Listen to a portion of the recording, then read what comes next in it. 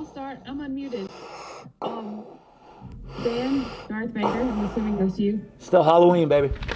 I hate to start off with this, but I have to ask, take us through what happened right at halftime, and on the same scale, how do you balance, wanting to keep guys out of trouble versus, telling them defend your teammate, defend your quarterback?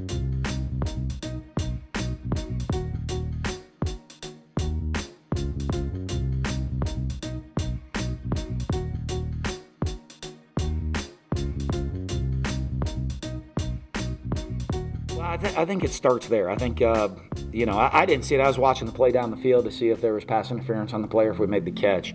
And then guys are like, hey, I got told they hit him late.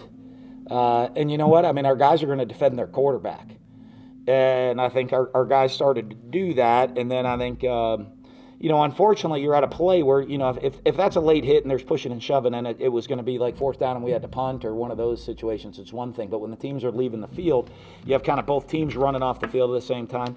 So I didn't see what was going on. I didn't see the late hit. I got told afterwards that our guys thought that was the case, but obviously it wasn't from the officials' point of view. Then we went out there trying to get our guys off the field because it was getting testy. You know what I mean? We have a big game next week. And, I think it kept growing and growing. We're trying to kind of push guys back. And, unfortunately, it kind of, trying to get in the middle, get the officials to get in the middle, trying to get them to get in the middle, get us in the middle, get their team off, our team off. And, but everyone's running to the locker room and it kind of keeps spilling down that way. So it's a really unfortunate situation. It's not something we condone, obviously. It's not something that you really want to see in the game.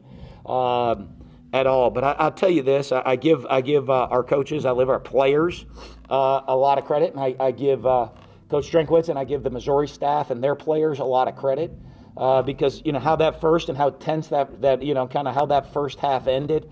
It just shows the class of both teams being able to come out in the second half and just play football. Absolutely zero of that carried over into the second half. Zero of that carried over post game. Zero of that, carried past that, and it just shows, kind of the great job I think by the players and the coaches on both teams and their ability to sit there. And I don't think either side would say, hey, that's what we wanted to have happen.